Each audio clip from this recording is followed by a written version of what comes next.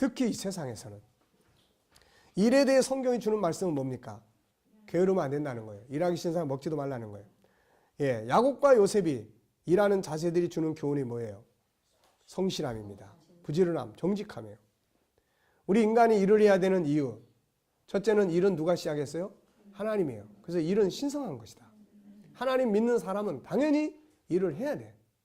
예, 당연히. 이게 유대인들의 가치관이에요. 내가 하고 있는 일이 나에게 어떤 의미와 장점이 있고 그 일이 다른 사람에게 사회에 어떤 유익을 주고 있다고 생각하는가. 이런 것을 바르게 찾는 것이 아주 중요합니다. 이거. 우리가 일에 대해서 어떤 자세를 가져야 합니까? 어떤 자세를 가져야 되죠? 네. 네, 우리가 가지고 있는 일들에 대한 의미를 새롭게 해야 됩니다. 여기 보면 쭉 소개했죠. 감사, 여건에 감사하고 있는 일의 의미의 장점 찾기, 항상 새로운 변화를 추구하고 이것이 없으면 당신의 5분 성품은 썩어지고 말 것이라는 거, 그리고 사회에 다른 사람이 유익이 돼야 된다는 거, 자기를 개발하는 도구라는 거, 이런 것들을 우리가 잘 알아야 된다는 거죠. 자, 과제 외치기.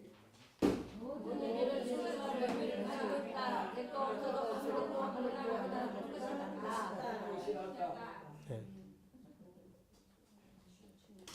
현재 내가 하고 있는 일에 대해 의미를 찾아보고 새로운 인식을 가져보자. 그리고 그 자세로 일해보고 그 결과가 어떻게 다른지 나눠보자. 인식만 딱 바꾸는 순간 일은 엄청나게 다르게 변화되기 시작을 합니다. 자, 이제 하학원을 보겠습니다. 하학원.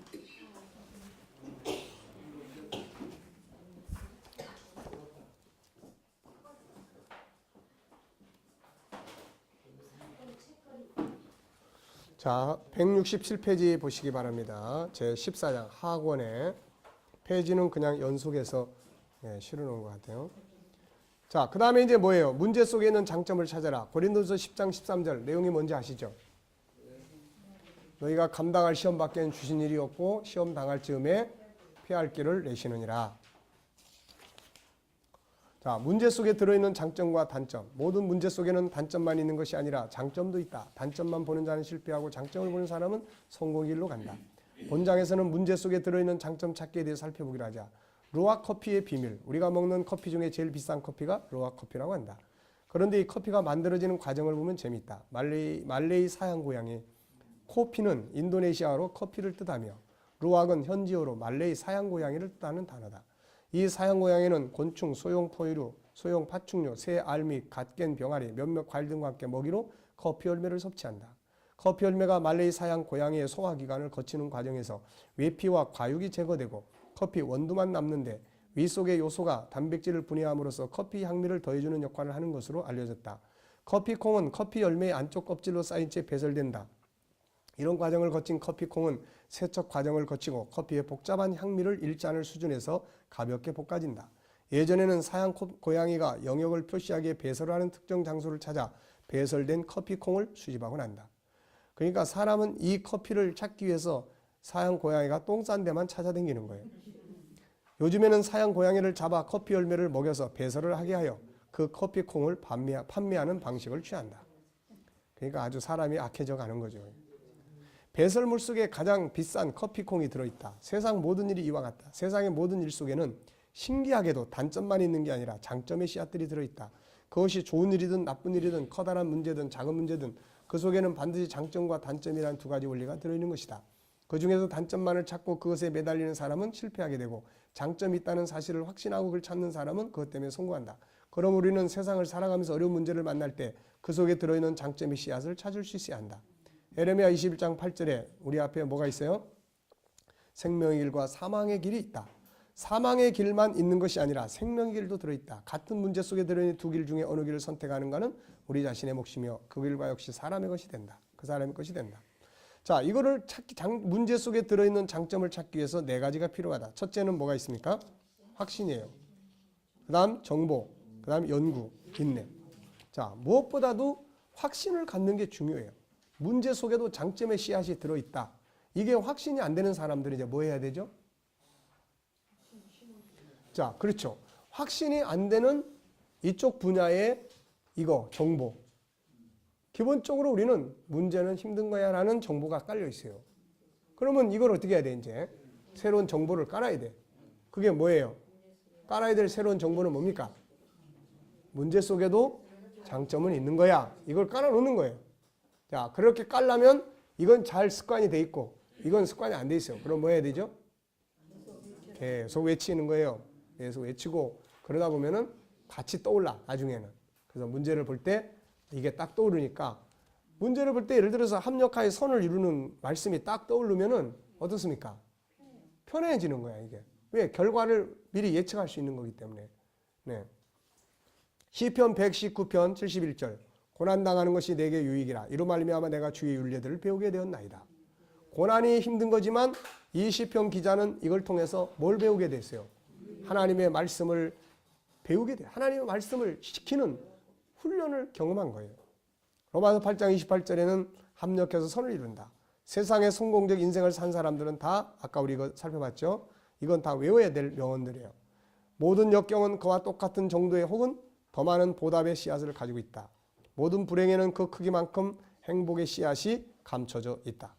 세상의 대부분의 많은 발명품들이나 제도들은 바로 문제 앞에서 발견이 됩니다. 그러므로 어떤 면에서는 문제를 나를 발전시키고 내 삶을 새롭게 만들고 나를 개발해주는 무엇입니까? 하나님의 선물이에요. 이 정도까지 생각하고 볼 수 있는 눈을 가지고 있다면 단수가 아주 높은 사람이에요. 그래서 우리가 이렇게 성장을 해 가야 됩니다. 그래서 하나님은 뭐라고 말씀하셨어요? 문제 앞에서 아무것도 염려하지 말고 다만 모든 일에 기도와 간구로 너희 구할 것을 감사함으로 하나님께 하리라. 그리하면 모든 지각에 뛰어난 하나님의 평강이 그리스도 예수 안에서 너희 마음과 생각을 지키시리라. 자, 정보. 문제를 통해서 새로운 개발 아이디어를 창출한 사람들의 이야기들을 들어보고 그들의 책들을 읽어봐요. 이게 정보를 얻어야 돼. 그들이 어떤 문제에서 뭘 찾았고 만들어내지를 찾아봅니다. 지금은 조금 옆길로 간 사람이 있지만은 오프라 윈프리라는 사람이 있죠. 이 사람은 그야말로 인생을 엄청나게 고통 속에서 사는 사람이에요.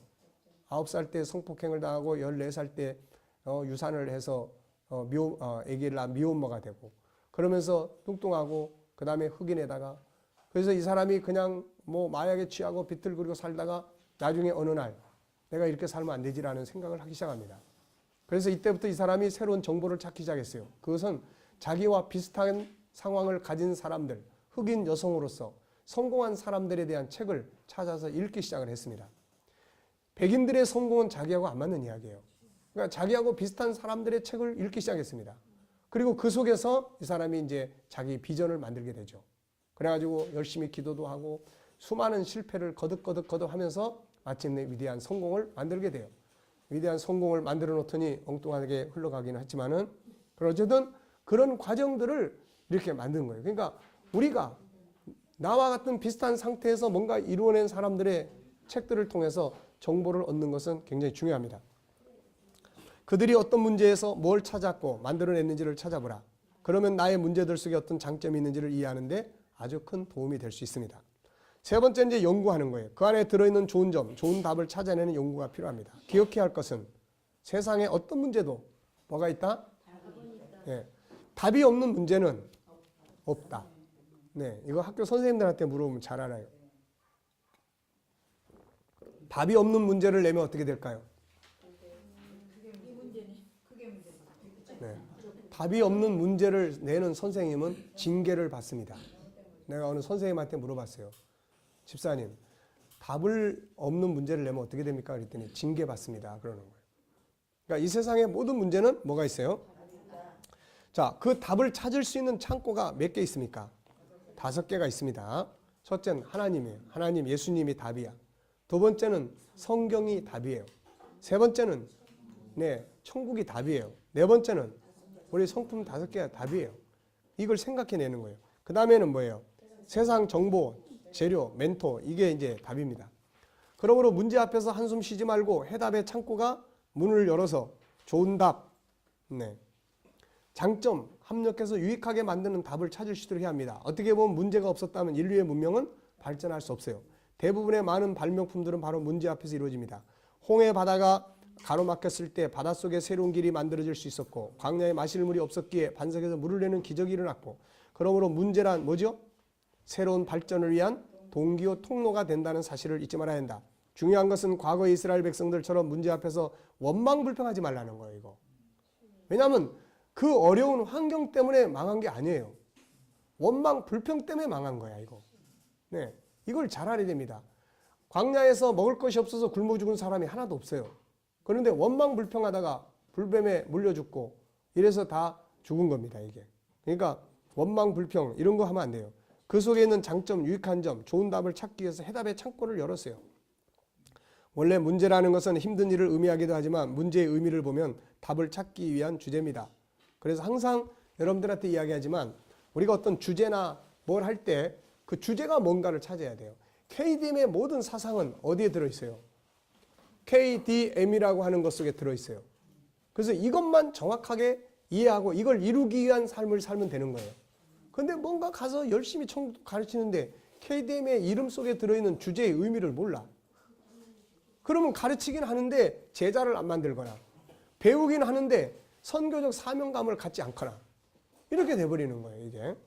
그래서 주제 속에는 항상 의미가 담겨져 있습니다. 그래서 여러분들이 어떤 주제가 딱 떠오르면 걱정하지 마세요. 그럼 우선 걱정이 뭔가부터 알아야 돼, 이거. 예. 근심이 뭔지부터 알아야 됩니다, 이거. 예. 자, 원래 문제라는 것은 무슨 의미가 있어요? 자, 한문으로 써놓은 걸 보면은 물을 문자가 들어있어요. 이마제, 볼제, 또 제목제가 있어요.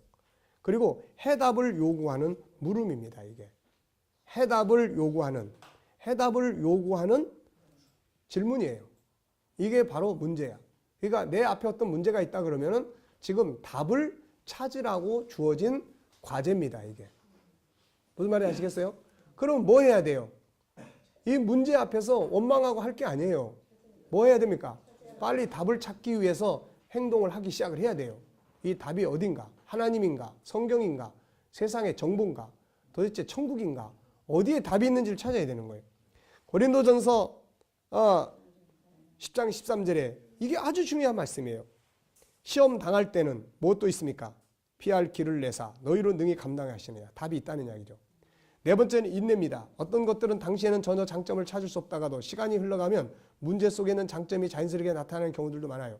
그래서 문제를 만났을 때 즉각적으로 좋은 장점이 나타나야 한다고 해서 실망하지 말고 믿음을 갖고 기다려야 합니다.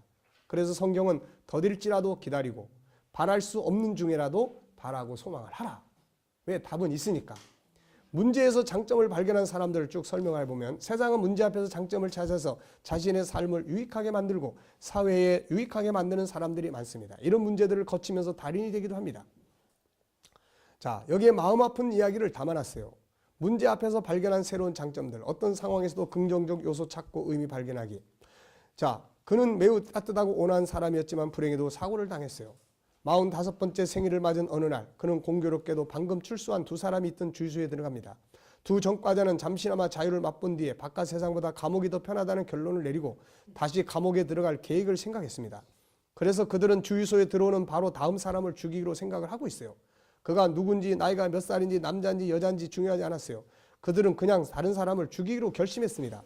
그리고 이 불쌍한 남자가 주유소로 차에서 내렸을 때 두 남자는 그를 잔인하게 죽입니다. 이게 참 정말 억울한 거죠.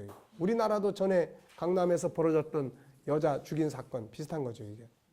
자, 아직도 당신에게 문제가 있다고 생각하는가? 그는 아내와 4명의 어린아이를 남겨둔 채 세상을 떠났다. 나는 그 이야기를 믿을 수가 없었다. 아무 의미도 없는 이런 경험에서 내가 어떻게 긍정적인 의미를 끌어낼 수 있단 말인가? 이게 누구냐면은 내 안에 잠든 거인을 깨우라고 하는 앤서니 라빈슨의 책에 나오는 이야기예요. 그러니까 항상 이 사람은 어떤 환경 속에도 긍정적인 요소가 있다고 가르쳤는데 이런 일을 자기가 그렇게 돌보고 하는 사람에게 딱 벌어지는 순간 도대체 여기서 무슨 장점을 어떻게 찾아냅니까, 이거? 네? 그래서 참 황당한 일이 벌어진 거죠. 나는 그 이야기를 믿을 수가 없었다. 아무 의미도 없는 이런 경험에서 어떻게 긍정적인 의미를 끌어낼 수 있단 말인가? 나는 내 가족이나 나에게 이런 일이 생길 것이라는 상상조차 할 수가 없었다. 나는 무슨 일을 도울 수 있는지 곰곰이 생각해 보았다. 그리고 미망인에게 전화를 걸어 힘 닿는 데까지 도와주겠다고 제안했다. 이 일을 통해 그녀가 자신이나 아이들을 위해 힘이 될 만한 의미를 찾도록 도와주고 싶었다. 삶은 가치가 없으며 인간은 악하고 파괴적이며 잔디처럼 허망하게 베어질 수 있다는 식의 믿음을 뒷받침하기 위한 참고 경험으로 쓰려고 해도 이런 경험은 너무 어이가 없는 것이다. 삶이 그런 것이라면 노력은 왜 하겠는가? 아이들을 위해서라도 그녀가 힘을 내도록 현실적으로 할 수 있는 그냥 도와줄 수 있는 것밖에 없는 거예요, 지금. 거기서 무슨 장점을 찾고 뭐 이런 거 할 수 있는 상황이 아니에요, 이게. 네. 그래서 이 사람은 잘한 거죠. 그래서 힘을 내도록 도와주고 싶어서 나는 그 미망에는가 이번 경험에서 뭘 찾을 수 있을지 이야기했다. 그녀는 자신이 얼마나 고통스러운지 털어놨다. 그러나 이 사건이 널리 알려지면서 좀 더 중요한 긍정적 사실 한 가지를 알게 되었다고 했다. 그녀는 믿을 수 없을 정도로 많은 사랑의 지지와 보살핌의 손길을 받았다. 지역사회 사람들을 비롯해서 각계각층의 사람들이 수백 통의 편지와 도움을 보내왔다. 그녀는 이렇게 말했다. 만약 내가 사람들이 파괴적이라고 믿거나 삶이 공평하다고 생각했다면, 불공평하다고 생각했다면 나 자신과 아이들마저도 어떻게 되어버렸을 거예요. 지금 굉장히 고통스럽긴 하지만 이제는 뭔가 이유가 있을 거라는 걸 알게 되었습니다. 뭔지 확실히 알 수는 없지만 그냥 그렇게 믿어요. 이 여인은 믿음을 궁극적인 참고 경험으로 사용할 용기를 발견한 것이다. 비록 알지는 못하지만 뭔가 이유가 있는 게 틀림없다고 기꺼이 믿음으로써 가장 고통스러운 경험에서 자신의 삶을 해방시키고 자신에게 힘을 북돋아 주었던 것이다. 이 얼마나 강인한 여인인가. 그리고 그녀의 아이들은 얼마나 행운아인가. 그녀는 아이들에게 이렇게 말했다. 얘들아, 사람들이 우리에게 얼마나 많은 사랑을 나눠줬는지 너희들이 알아줬으면 좋겠다. 아빠는 언제나 하나님을 믿으셨고 이제는 더 좋은 곳으로 가신 거야. 여기 있는 동안 할 일이 있긴 있지만 이제 아빠에게 주어진 시간이 다 되었단다. 하지만 우리의 시간은 다하지 않았다. 그렇기 때문에 우리는 여기 있는 동안 시간을 최대한 이용할 줄 알아야 하는 거지. 아빠의 죽음을 가슴속에 기억해서 매일매일 최대한 충실하게 살아가야 한다. 그리고 이제 그분을 잃었다고만 생각하면 안 된다. 아빠는 항상 우리와 함께 계시는 거야. 최악의 날이 닥친 것 같더라도 그 경험에서 배울 수 있는 것이 무엇인가 하는 관점에서 본다면 오히려 가장 강력한 경험이 될 수도 있지 않을까. 참 중요한 거죠. 황당한 일인데 이 잘못하면 이제 사회에 원망하고 증오하고 똑같은 범죄를 갚으려고 하는 것들이 만들어져요. 그런데 주변의 수많은 사람들의 사랑과 지지와 격려에 의해서 이 사람들은 큰 위로를 받게 돼요. 그리고 신앙 안에서 하나님의 나라로 갔다는 것과 그리고 그 사랑 안에서 뭔가 우리의 이 속에서도 살아갈 수 있는 다른 장점을 찾아낸 거죠, 이게. 그러니까 세상의 모든 것은 바로 그런 부분들이에요. 저도 비슷한 경험을 했잖아요. 우리 가족들에 대한. 이해가 안 됐어요. 나중에 신앙까지 다 버리려고 했죠. 그러다가 세월이 한참 흘렀습니다. 어느 날 기도원을 걷고 있는데 만약 그때 그런 상황들이 없었다면 오늘의 내가 있을까? 오늘의 천국 운동에 대한 복음의 본질을 찾아내고 이런 고민을 했을까? 아니다. 그러고 보니까 그들은 하나님 앞에 쓰임받은 희생자들이에요. 제물이 된 거예요. 제물이 된 거예요. 그래서 내가 그것 때문에 하나님과 씨름하고 복음의 본질을 찾아내서 오늘 여기까지 오게 된 동기가 거기서 출발하는 거예요. 그래서 내가 물었어요. 하나님. 그렇다면 그들은 사고 나서 다 죽었는데 그러면 그들은 죽음이 억울하지 않습니까? 아니라는 거예요. 모든 사람들은 다 제각기의 죽음의 시간이 있어요. 그런데 오늘의 이 복음을 드러내기 위한 하나님 앞에 희생의 제물이기 때문에 그들은 그들의 상을 받을 것이라는 거예요. 그때 난 해답을 찾았어요. 그 시간 속에서는 뭐 누가 와서 무슨 위로를 해도 이게 안 되는 거야, 이게. 세월이 흘러간 다음에 그것이 그들의 희생과 죽음이 오늘의 이 복음을 찾아낸 겁니다, 이게. 그러니까 그런 부분들이 우리가 어디에든지 다 있다는 거예요, 이게. 그래서 이런 문제 속에서 문제 쪽만이 아니라 뭔가 하나님의 뜻이라고 하는 이 속에서 장점을 찾아낼 수가 있는 겁니다. 자, 어느 부인이 있었습니다. 행복하게 살았어요. 그런데 어느 날 이 사람도 남편이 사고로 생활을 떠납니다. 이 부인은 한동안 뭘 어떻게 하면 살아야 할지를 모르고 당황했어요. 그리고 해본 일이 아무것도 없었습니다. 그러다가 어느 날 누가 보험을 해보라고 했어요. 부인은 한 번도 해보지 않은 일이었고 또 사람들에게 부탁을 해야 하는 일이었기에 선뜻 나서지 못했습니다. 그러다가 자식들과 먹고 살기 위해서 어쩔 수 없이 시작합니다. 그런데 일이 점점 재밌어졌어요. 그녀는 그 분야에서 마침내 성공합니다. 그리고 이렇게 말해요. 나도 놀랐습니다. 내 안에 이런 능력이 있었다는 사실에. 분명히 기억하라. 하나님이 우리를 세상에 보내실 때는 적어도 세상을 다스릴 수 있는, 살아갈 수 있는 기본적인 능력을 우리 안에 담아두시다는 사실을.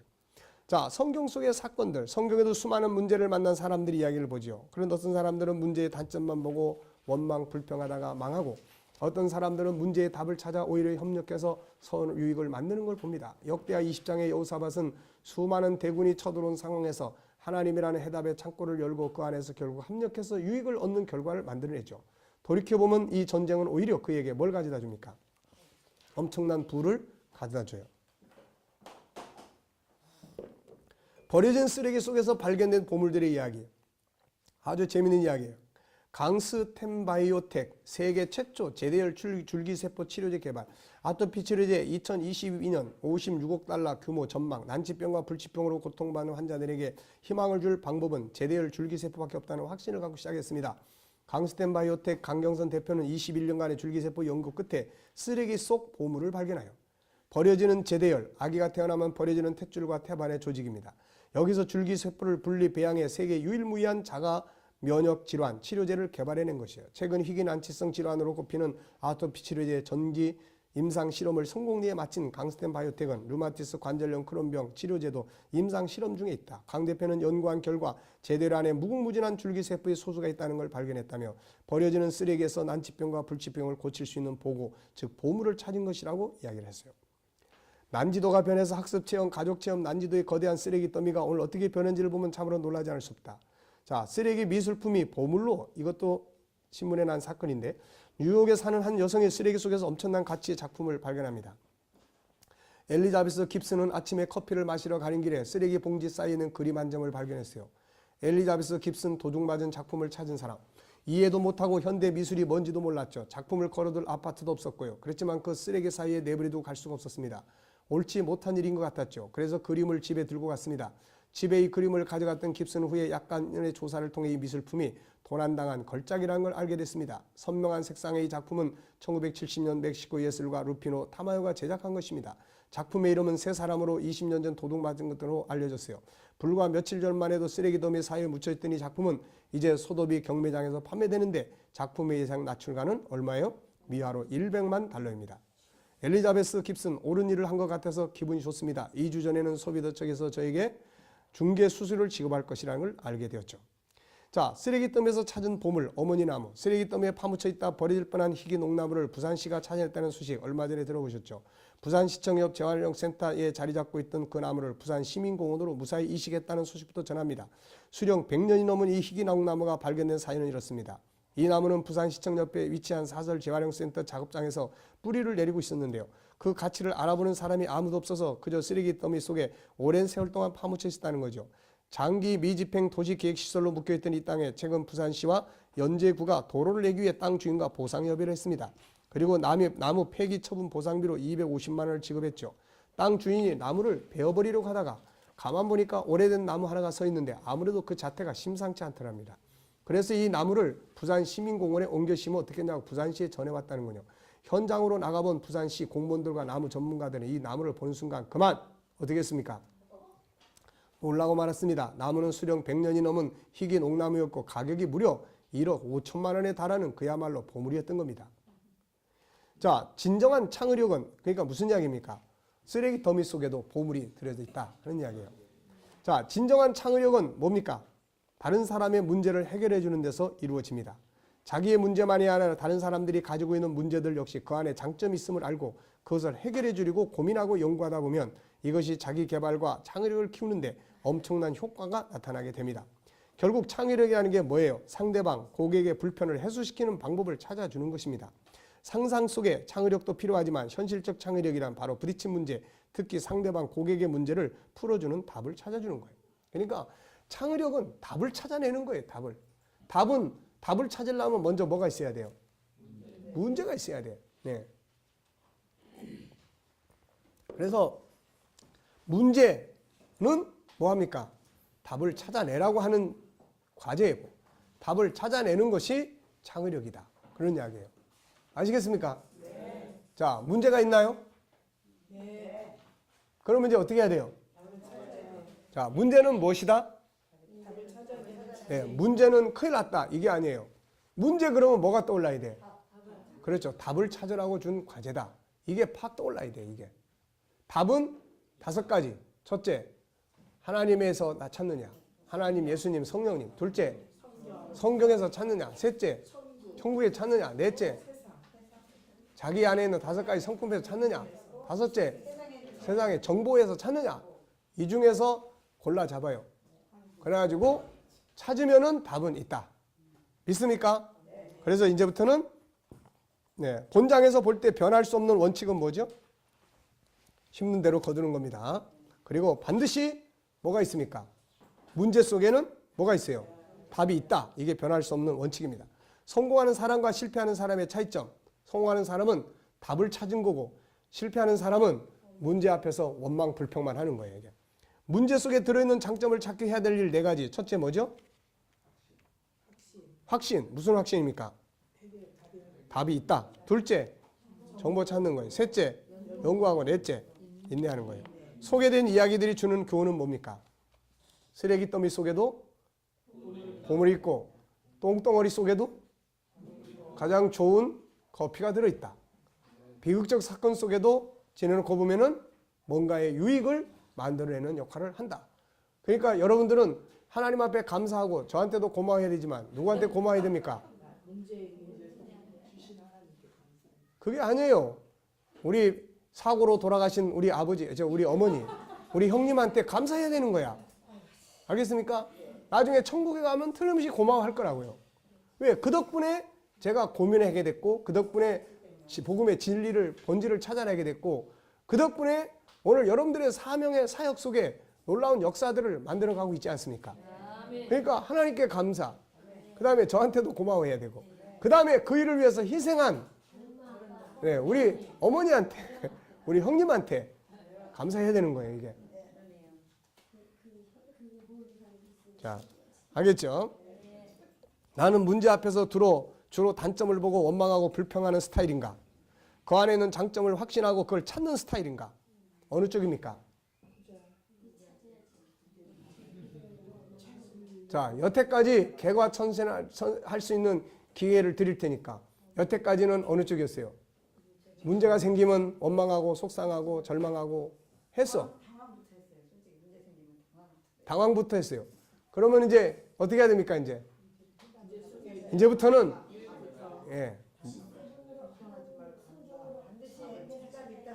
그렇게 하시면 됩니다. 자, 외치기 시작. 네. 여기서 식당까지 가는 동안에 이거 10번씩 외치시고 가시기 바랍니다. 네. 자, 기도하고 마치겠습니다. 하나님 아버지, 오후 시간도 은혜 중에 우리가 교육 잘했습니다. 듣고 배운 거 마음 깊은 곳에 깊이 새겨지게 하여 주시옵소서. 감사하며 예수님의 이름으로 기도하옵나이다. 아멘.